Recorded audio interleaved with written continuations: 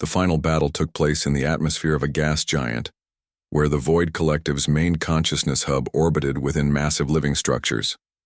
These structures pulsed with strange energy, floating among the colored clouds of the giant planet. Captain Jiwoo Park stood on the bridge of the Strike Force's lead ship. Around her, both normal humans and the mutated ones worked side by side with assembly aliens. "We're approaching the outer defense ring," reported Lieutenant Sunho. "Void ships moving to intercept." "Deploy our fighters," Jiwoo ordered. "And prepare the strike team." The strike team consisted mostly of mutated humans whose abilities had grown stronger each day. They could now communicate without speaking and sense the Void's movements before they happened. Dr. Do-hyun Kim had insisted on joining the mission. He had injected himself with a modified version of the nanites, giving himself limited mutations, while maintaining control of the process. His genetic expertise, now enhanced by his controlled mutations, was needed to properly deploy the disruptor. "Are you sure about this?" Jiwoo asked him, as they prepared to board the small craft that would take them to the Void structure. "No," Do-hyun admitted, "but it's our best chance. The disruptor needs to be placed at the center of their consciousness hub."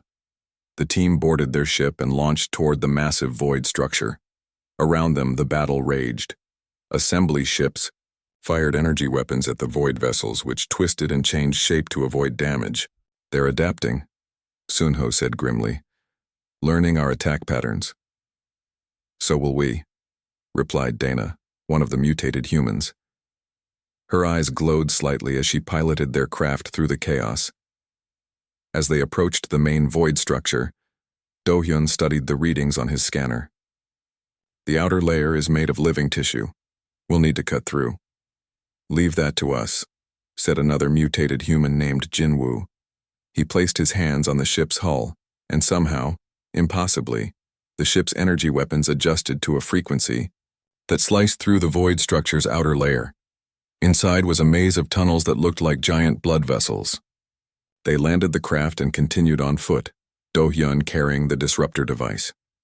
"I can feel their thoughts," Dana said, her voice strained. "They're scared." "Scared?" Jiwoo was surprised. "They're winning the war." "Not of the battle," Dana explained. "Of us, of humans." They moved deeper into the structure, following Dana's sense of where the consciousness center lay. Twice they encountered Void defenders, strange creatures that seemed made of the same material as the ships. The mutated humans fought them off with their enhanced strength and reflexes. Finally, they reached a large chamber at the heart of the structure. Floating in the center was a pulsing mass of bioluminescent tissue. "The consciousness hub," Do-hyun said. "Place the disruptor there." As they moved forward, a powerful mental force hit them. The normal humans fell to their knees, heads pounding. Even the mutated humans struggled to stand. Only Do-hyun, with his controlled mutations, could still move forward. "Wait," he said suddenly. "I'm getting something. Images, communication." He stood still, his eyes unfocused. "They're trying to talk to us." "What are they saying?" Jiwoo managed to ask through the pain in her head. "They're saying they attacked first because they were afraid. Their biological technology detected humanity's adaptive potential and identified it as a threat. They saw what we could become, and it terrified them." Do-hyun took a step toward the consciousness hub, still holding the disruptor. But instead of activating it, he set it down. "What are you doing?" Jiwoo demanded. "Testing a theory," Do-hyun replied. He closed his eyes and focused his thoughts toward the hub. The mental pressure in the room eased slightly. Images appeared in all their minds. Stars, planets, strange alien creatures, all connected in a vast biological network. "The Void Collective isn't evil," Do-hyun said softly. "They're just different. They evolved along a path of shared consciousness and biological technology. When they detected our potential for rapid mutation, they saw it as a threat to their way of life. So they tried to destroy us first," Sunho said bitterly. "Yes, but maybe there's another way." Do-hyun looked at Jiwoo. "We have a choice now. We can use the disruptor and probably win this war. Or we can try something humans are also good at, adapting our approach. Jiwoo stood up as the mental pressure continued to lessen. What do you suggest? A negotiation, Do-hyun said. Humans aren't just genetic anomalies. We're living proof that adaptation can occur without losing what makes us who we are. We could share our genetic research and they could share their biological technology. Together we might advance beyond what either of us could achieve alone. The mutated humans looked at each other, then at Dana, who seemed to be in deeper communication with the void consciousness. They're considering it, she said. They never thought communication was possible. They've always been alone in how they think and live. Tell them they're not alone anymore, Do-hyun said. 3 years later, Dr. Do-hyun Kim stood at a viewing window on the new research station orbiting Earth. Beside him stood Dr. Tailu and a representative of the Void Collective, a being named Nexus who had taken partially human form to better communicate with their new allies. The human constant, Nexus said in a voice that was partly spoken and partly felt in the mind. That is what we call it now, the remarkable ability to change while remaining fundamentally the same. Is that a compliment? Do-hyun asked with a smile. His eyes now had the same slight glow as the other mutated humans. The highest, Nexus replied. Your species has helped us understand that change need not be feared. Below them, Earth shone blue and white. But now, ships from a dozen species orbited the planet. The Galactic Assembly had been transformed by the addition of both humanity and the former Void Collective. Research stations throughout the galaxy studied human genetics and the biological technology of the Void. Together, they were creating medical treatments, space habitats, and communication systems unlike anything either civilization had imagined alone. Do-hyun's comm unit beeped. It was Admiral Jiwoo Park, now the commander of the Joint Defense Forces. The new ships are ready for testing, she said. Biomechanical hybrids built with both our technologies. Want to come see? Wouldn't miss it, Do-hyun replied. As he walked, with Tailu and Nexus to the shuttle bay, they passed humans and aliens working together. Among them were the mutated humans, now called adapters, who had chosen to continue their evolution with proper guidance and control. The phrase had spread, throughout the assembly and beyond, as adaptable as a human. It was no longer just an observation. It was the highest compliment one could receive. Humanity had become the galaxy's favorite mutation machine, not as weapons, but as bridges between different forms of life. Their greatest quirk had become their greatest gift to the stars. And somewhere, out there beyond the edges of known space, new challenges waited. But this time they would face them together, adapting, changing, yet remaining who they were. The end. Chaos ruled the 3 star systems where the Void Collective had launched their attack. Their living ships moved like giant sea creatures through space, absorbing energy weapons fire without damage. They released clouds of spores that ate through metal and plastic. Most terrifying were their psychic attacks. Alien crews on assembly ships fell into confusion or turned on each other as the void invaded their minds. But on ships with human crews, something different happened. Aboard the Defense Vessel Unity, Jiwoo Park stood firm as alarms blared around her. The ship's alien captain had collapsed, clutching his head. 2 other officers were unconscious. Only the humans remained functional. Status report, Jiwoo called to Lieutenant Sunho. 3 void ships approaching, Captain. Our weapons have little effect. Jiwoo had been given temporary command when the alien officers fell to the psychic attack. She studied the tactical display, looking for any advantage. The affected humans from Nexus 7, she said suddenly. Are any on board? Yes, 4 of them, Sunho replied. They're in Medical Bay 2. Bring them to the bridge, now.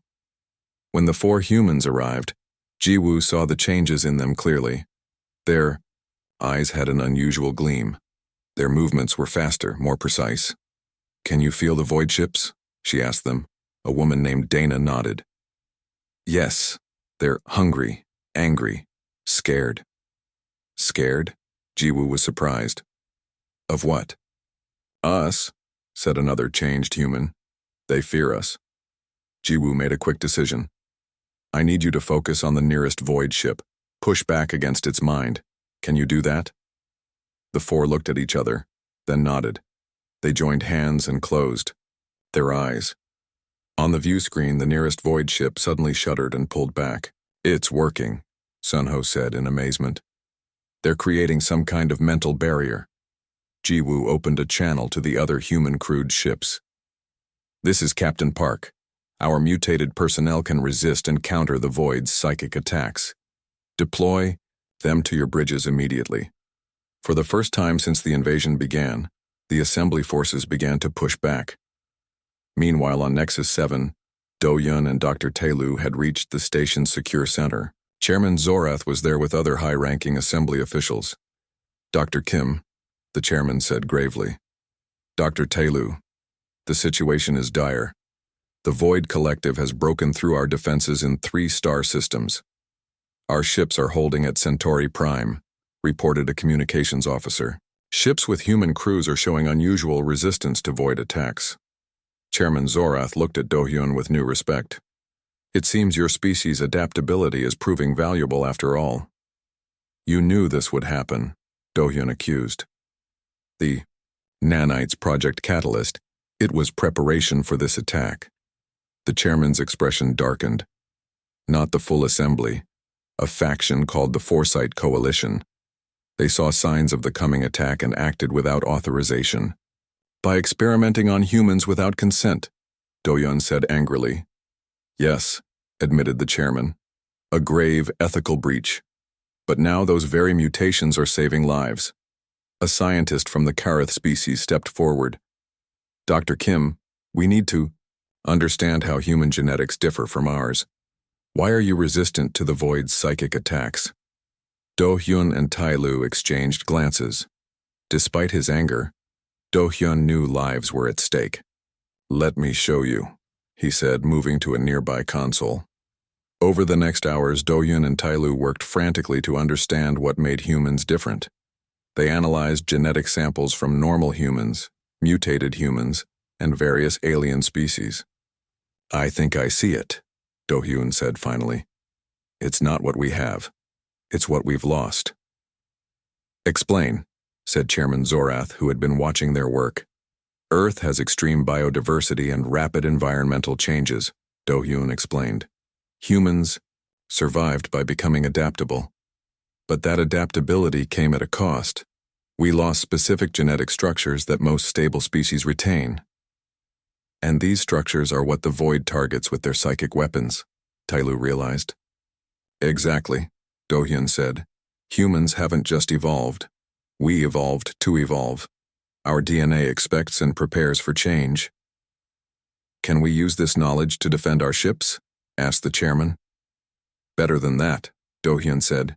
We can create a genetic disruptor that targets the Void's biological technology. Their ships are living things with DNA. We can use that against them. While Do-Hyun worked on the disruptor, Captain Park led a joint human assembly strike force toward the Void Collective's staging area. Their mission: to deliver Do-Hyun's device deep into enemy territory. Jiwoo stood on the bridge of the flagship, looking at the strange readings coming from the massive Void structures ahead. Around her, a crew of both normal and mutated humans worked with assembly aliens who had been protected from psychic attacks by human presence.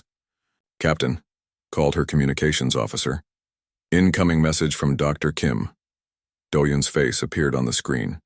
He looked tired but determined. The disruptor is ready, he said without greeting. But I've learned something about Project Catalyst. The nanites weren't deployed by the assembly. They came from a splinter faction that believed conventional weapons would never defeat the Void. We know that already, Jiwoo said impatiently. What you don't know is that I've discovered their full plans. The mutations we're seeing now are just the beginning. They designed the nanites to trigger a complete transformation of human genetics, a forced evolution. Jiwoo felt cold. Why? They saw humanity's potential and acted without authorization. They viewed a few hundred test subjects as an acceptable sacrifice to save trillions. Sacrifice? Jiwoo asked sharply. What happens to The mutated humans? Do-hyun looked away. The changes will continue. Eventually they'll become something different. Not quite human anymore. Can it be stopped? I'm working on it. But right now, we need those mutated humans to deliver the disruptor. They're the only ones who can get close enough to the void's central consciousness. As the battle began, Jiwoo watched the mutated humans move with incredible coordination. They seemed to sense each other's thoughts, reacting as a single unit. Their abilities were growing stronger by the hour. She called her most trusted officers to a private meeting. We have 2 missions now, she told them. Deliver the disruptor and find a way to help our people. No one gets left behind. The strike. Force approached the massive void structures. Ahead lay the final confrontation, a battle not just for the galaxy, but for humanity's future. The modified humans leading the charge were changing before their eyes, becoming something new and powerful. But as Do-hyun had warned, they were approaching a point of no return, a completely new form of human evolution. As the first shots were fired, Jiwoo made a silent promise to her changed comrades. She would complete this mission, and then she would find a way to bring them home, no matter what they had become. 1 year had passed since humans joined the Galactic Assembly. Hundreds of Earth scientists and diplomats now worked across assembly space. Dr. Do-hyun Kim had become the head of the Human Genetics Division on Nexus 7. His friend Captain Jiwoo Park led the human security team. Do-hyun was in his quarters when the emergency alert sounded. His comm unit flashed red. Dr. Kim to Medical Bay 4, urgent, called Dr. Min Seo-han, another human geneticist. Do-hyun rushed through the station corridors. When he reached Medical Bay 4, he found chaos. 20 humans lay on beds, their skin pale and sweaty. What happened? He asked Min Seo. It started 3 days ago at the Centauri outpost, Min Seo explained. Then cases appeared on 2 other stations, now it's here. Do-hyun examined one patient, a young scientist named Taeho. His vitals on the screen showed strange patterns. His cells are changing, Do-hyun said, looking at the microscope display. Rapid mutations, but... He paused, confused. The cells aren't dying, they're transforming. That's what makes no sense, Min Seo agreed. In normal radiation sickness, cells break down. But these patients' cells are becoming something else. Do-hyun moved to another bed where a security officer lay. The woman's eyes were now reflecting light like a cat's. Her night vision has improved, Min Seo said, and Taeho's lungs have developed new structures that process oxygen more efficiently. Others show different changes. This isn't a disease, Do-hyun said slowly. It's targeted mutation. But how? And why? Before Do-hyun could answer, his comm unit beeped. It was Jiwoo. Do-hyun, we need to talk privately. Meet me at observation deck C in 10 minutes. When Do-hyun arrived at the observation deck, Jiwoo was already there with Lieutenant Soon-ho Lee. They stood looking out at the stars, but their tense posture told Do-hyun they weren't admiring the view. What's happening? Do-hyun asked. I just came from Medical Bay 4. We have 20 cases of some strange mutation sickness. It's not just here, Jiwoo said quietly. Reports are coming in from every station with human personnel. Over 300 cases total. Soon-ho looked around to make sure they were alone. Captain Park thinks this isn't an accident. What do you mean? Jiwoo took a small device from her pocket and activated it. Scrambler, she explained. Blocks, listening devices. Soon-ho found something in the water system. Soon-ho pulled out a sample tube. Inside was clear liquid with tiny sparkling bits. Nanites, he said. Microscopic machines. They were in the water supply for all human quarters across the station. Do-hyun took the tube, his hand shaking slightly. You think someone is experimenting on us, causing these mutations? Exactly, Jiwoo said. And they're doing it without permission. But who and why? That's what we need to find out, Jiwoo said. I've put together a small team we can trust. We're going to track this back to the source. Later that day, Min Seo called Do-hyun back to the medical bay with exciting news. I figured it out, she said. her eyes bright with discovery. The nanites aren't causing harm. They're guiding the mutations along specific paths. But the patients are sick, Do-hyun argued. At first, yes, it's like growing pains. But look at the patients from the Centauri outpost who got sick first. She showed him videos of humans who had recovered. They seemed normal, except when they demonstrated their new abilities. One woman could see in near darkness. A man could hold his breath for 15 minutes. Most surprising, 2 researchers could sense each other's thoughts when in the same room. They're developing abilities that would help humans survive in deep space, Min-seo said. Or in battle. Do-hyun felt cold. The assembly is weaponizing us. Maybe, Min-seo said. But these changes match too perfectly with what would be needed to fight the Void Collective. Someone knew exactly what was coming. While Do-hyun and Min-seo made their discovery, Ji-woo and Sun-ho followed the trail of the nanites. It led them to a hidden laboratory in a restricted section of Nexus 7. This shouldn't be here, Ji-woo said as they used stolen access codes to enter. This whole section is off the official station plans. Inside, they found computer terminals with data about human genetics. On a large screen was a project title, Catalyst. Look at this, Sun-ho said, pointing to files on a display. They've been running simulations of human genetic adaptations for specific scenarios. Space combat, toxic atmospheres, even mental, defense against psychic attacks. The date, Ji-woo said, looking at the oldest files. This project started before they even contacted Earth. They've been planning this since they first detected Do-hyun's research. Suddenly, alarms blared throughout the station. A voice spoke over the announcement system in the universal language. Alert. Void collective vessels detected. This is not a drill. All personnel to battle stations. Ji-woo's comm unit came to life. With panicked voices, she answered, Captain Park here, what's happening? The Void Collective has breached assembly space, said a frantic voice. Multiple ships approaching Nexus 7 and 3 other stations. They came out of nowhere. Ji-woo looked at Sun-ho, her face grim. We need to get back to our team, and we need to warn Do-hyun about what we found. As evacuation orders sounded throughout Nexus 7, Do-hyun struggled to understand what was happening. The Void Collective attack had come just as they were discovering the truth about the mutations. He met Ji-woo in the corridor outside the medical bay. Around them, people ran in panic. It's called Project Catalyst, Ji-woo said quickly. They've been experimenting on humans, guiding our mutations to create specific adaptations. I know, Do-hyun replied. Min-seo figured out the nanites are creating traits that would help against the Void Collective. Night vision, improved lungs, even limited telepathy. A massive boom shook the station. Lights flickered. They're here, Ji-woo said. The Void Collective, Doctor. Ty-Lu appeared from around a corner, her pearlescent skin now dull with fear. Dr. Kim, Captain Park, you must come with me, she said urgently. You knew about this, Do-hyun accused. You knew they were experimenting on us. Not the assembly, Ty-Lu said. A small group within it. They called themselves the Foresight Coalition. They saw the Void Collective gaining strength and new conventional weapons would never be enough. Another explosion rocked the station. Closer this time. There's no time to explain fully, Ty-Lu said. But you need to know. These mutations weren't designed to harm humans. They were designed to save you. From what? Ji-woo demanded. From the Void Collective's biological weapons. Their ships aren't machines. They're living organisms.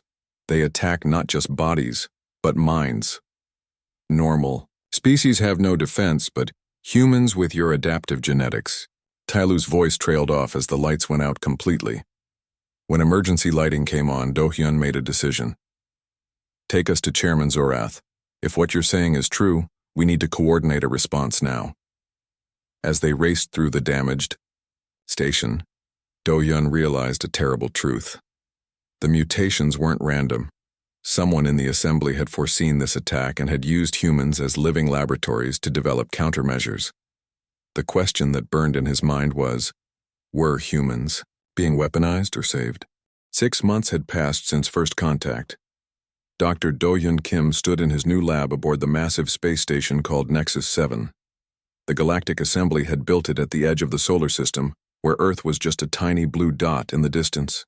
Do-hyun still couldn't believe how quickly things had changed. One day he was a normal scientist on the Helios station.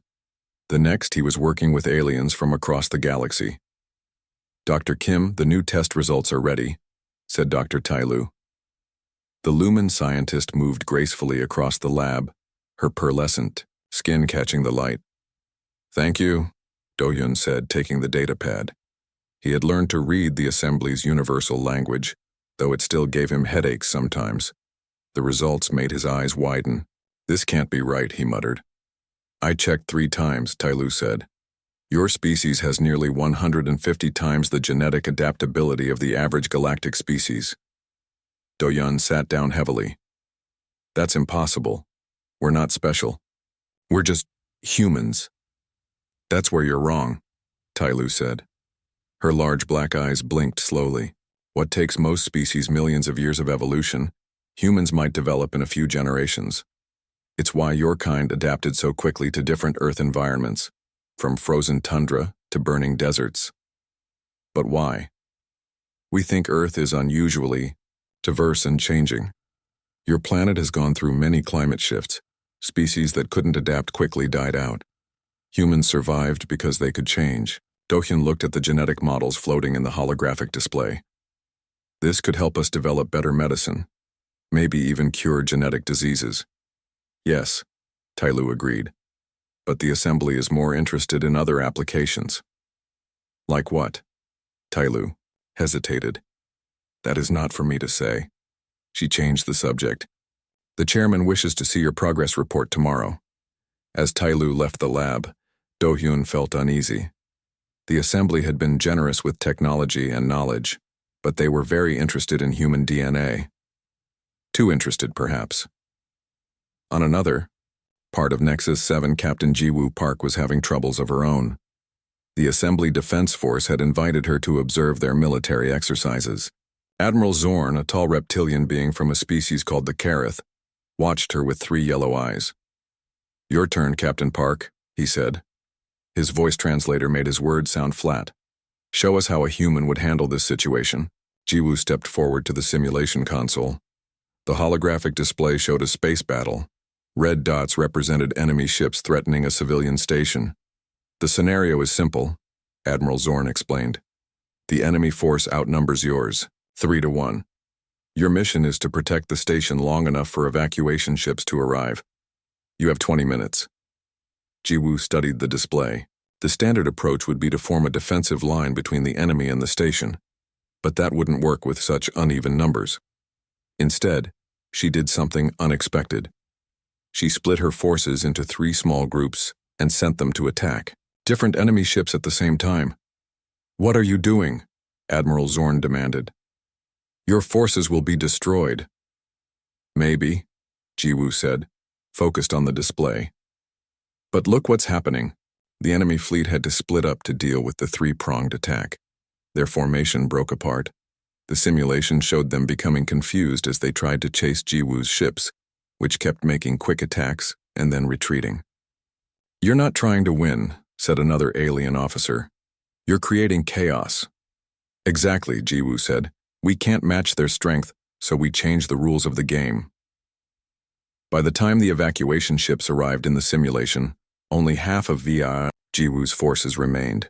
But the civilian station was safe. The mission was a success. Admiral Zorn looked troubled. "Unorthodox tactics, risky, high casualties. But effective," Ji-woo countered. "Sometimes survival requires sacrifice." The Admiral's scales shifted color slightly. "Yes, quite effective. Thank you, Captain Park. That will be all for today." As Ji-woo left the simulation room, she noticed several high-ranking assembly officers watching her with new interest. She wasn't sure if that was good or bad. That evening, Do-hyun and Ji-woo met in the human quarters.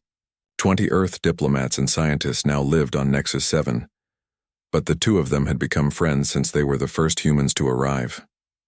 "They're hiding something," Do-hyun said in a low voice. They sat in a corner of the common room, away, From the listening devices they suspected were everywhere. I know, Jiwoo agreed. The way they study us. It's like we're lab rats, not allies. Today, Tyloo let slip that the Assembly has special plans for human genetic adaptability. But she wouldn't tell me what. Jiwoo frowned. And the military. Officers seemed very interested in how humans think differently. The way we solve problems, our willingness to take risks. Have you heard anything about the Void Collective? Do-hyun asked. Only rumors.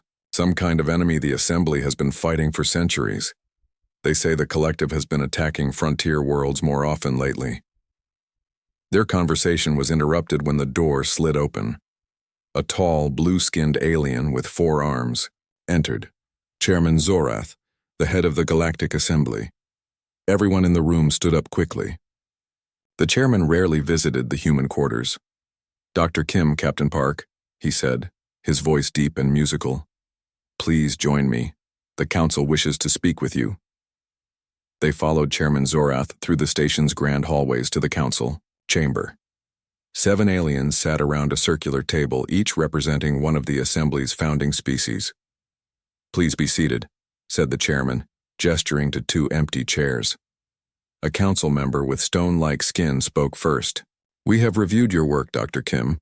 Your findings on human genetic adaptability are concerning. Concerning? Do-hyun asked. Why? In our long history, said another council member, species with rapid adaptation have often been unstable, unpredictable. Like the Void Collective, added a third. Jiwoo and Do-hyun exchanged glances. So this meeting was about the mysterious enemy. Chairman Zorath raised a hand for silence.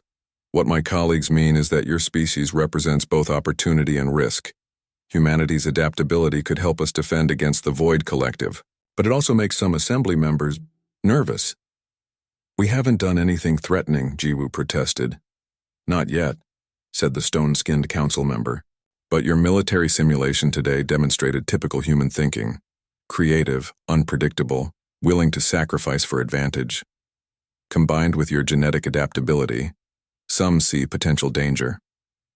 Do-hyun leaned forward. We came here in peace. We want to learn and share knowledge. And so you shall, said Chairman Zorath. But there will be limits on what technology we share with humans, and we will need to monitor your colonies closely. For safety, added another council member, both yours and ours. As they left the council chamber later, Jiwoo whispered to Do-hyun, we're caught in the middle of something bigger than us. The Assembly wants to use us against their enemy, and they fear us at the same time, Do-hyun added. What neither of them knew was that a ship had just arrived at Nexus 7. It carried no markings and remained hidden behind the station's large docking arms. Inside were agents of the Void Collective, and they too had plans for humanity's unique genetic gift. Lace Dr. Do-hyun Kim rubbed his tired eyes.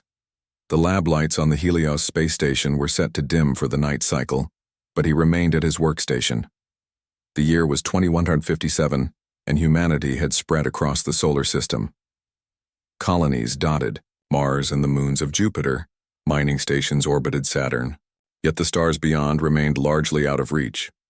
Do-hyun stared at his screen. The test results made no sense. He had been studying how space radiation affected human DNA for 3 years now. Everyone knew radiation was bad for living things. It damaged cells and caused mutations. This was basic science. But the samples in front of him told a different story. Computer, run the test again, he said. Test running. The computer replied in its flat voice. Estimated time 30 minutes. Do-hyun stood up and walked to the viewing window. Outside, Earth glowed blue and white against the blackness of space. The Helios station orbited at Lagrange, point L5, giving it a stable position between Earth and the Moon. His comm unit beeped. It was the station director, Dr. Yuna Choi. Do-hyun, you're still up? It's past midnight station time. I know, Director. But these results, I think I found something important. Yuna's face on the small screen looked concerned. Important enough to skip sleep? Tell me. Do-hyun tried to keep his voice steady. The radiation exposure tests. The human cells aren't just surviving the radiation, They're adapting to it, in ways I've never seen before. That's impossible, Yuna said. Radiation causes random mutations. Random is rarely good. I know the theory, Do-hyun said, but look at this. He sent the data to her comm. On the screen, Yuna's eyes widened. That can't be right, she whispered. Run it again. Already doing. That, Do-hyun said. Third time tonight. The computer beeped. Test complete. Results match previous tests with 99.7% accuracy. Do-hyun and Yuna stared at each other through the comm link. We need to report this, Yuna finally said. This changes everything we know about human genetics in space. 3 days later, Do-hyun stood nervously in front of the United Earth Science Council. His discovery had caused quite a stir. Top geneticists from around the solar system had joined. The meeting. Dr. Kim, the council head, began. Please explain your findings again for those who just joined us. Do-hyun cleared his throat. Yes, sir. My team has discovered that human DNA shows unusual properties when exposed to space radiation. Instead of simple damage, many cells show beneficial adaptations. Beneficial how? Asked another council member. Improved repair mechanisms, better radiation resistance, even enhanced cell function in some cases. It's as if our DNA has built-in tools to use radiation as a change agent rather than just being damaged by it. A scientist from Mars Colony spoke up. But this goes against everything we know about radiation effects on living tissue. Yes, Do-hyun agreed. That's what makes it so important. We've found that humans have nearly 20 times the adaptive, genetic response of any other Earth species we've tested. The room buzzed with talk. Some looked excited, others skeptical. If you're right, the council head said, this could explain why our colonists adapt to new environments faster than our models predict. Do-hyun nodded. It could also help us develop better protection for deep space travel, maybe even speed up our plans for reaching nearby star systems.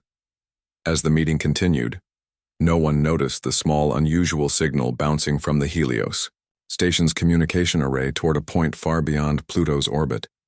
Captain Jiwoo Park stood tall in her crisp United Earth Space Force uniform as she guided Ambassador Reynolds through the lunar landing port.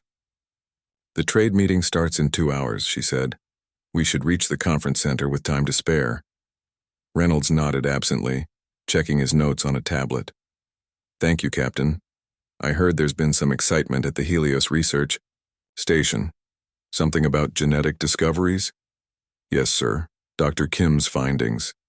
It's all very technical, but apparently humans handle space radiation better than we thought. Interesting, Reynolds said, without much interest. Politics and trade agreements were his world, not science. As they walked toward the waiting transport, a flash of light filled the sky above the moon's surface. Jiwoo looked up, hand moving instinctively to her sidearm. A ship unlike any she had ever seen descended toward the landing port. It was smooth and silver with no visible engines or windows. It moved silently, defying all known laws of physics. Alarms blared across the port. Security teams rushed into position, weapons drawn. Sir, get behind me, Jiwoo ordered, pushing the ambassador back toward the terminal building. Her comm unit exploded with chatter. Unknown vessel, identify yourself immediately. No response came from the ship as it settled gently onto the landing pad. For a long moment, nothing happened. Then a section of the hull seemed to melt away, forming a doorway. A figure appeared. It was tall and thin, with skin that shimmered like mother of pearl. Its eyes were large and completely black. It wore something like a robe made of flowing material that changed colors with each movement. Jiwoo stood frozen, her training momentarily forgotten. Humanity had always wondered if we were alone in the universe. Now they had their answer. The alien raised a hand with 6 long fingers in what seemed like a greeting gesture. Then, in perfect English, it spoke. People of Earth. I am Ambassador, Velar of the Lumen species. I come on behalf of the Galactic Assembly. We have been watching your development with great interest, particularly your recent genetic discoveries. Jiwoo felt a chill run down her spine.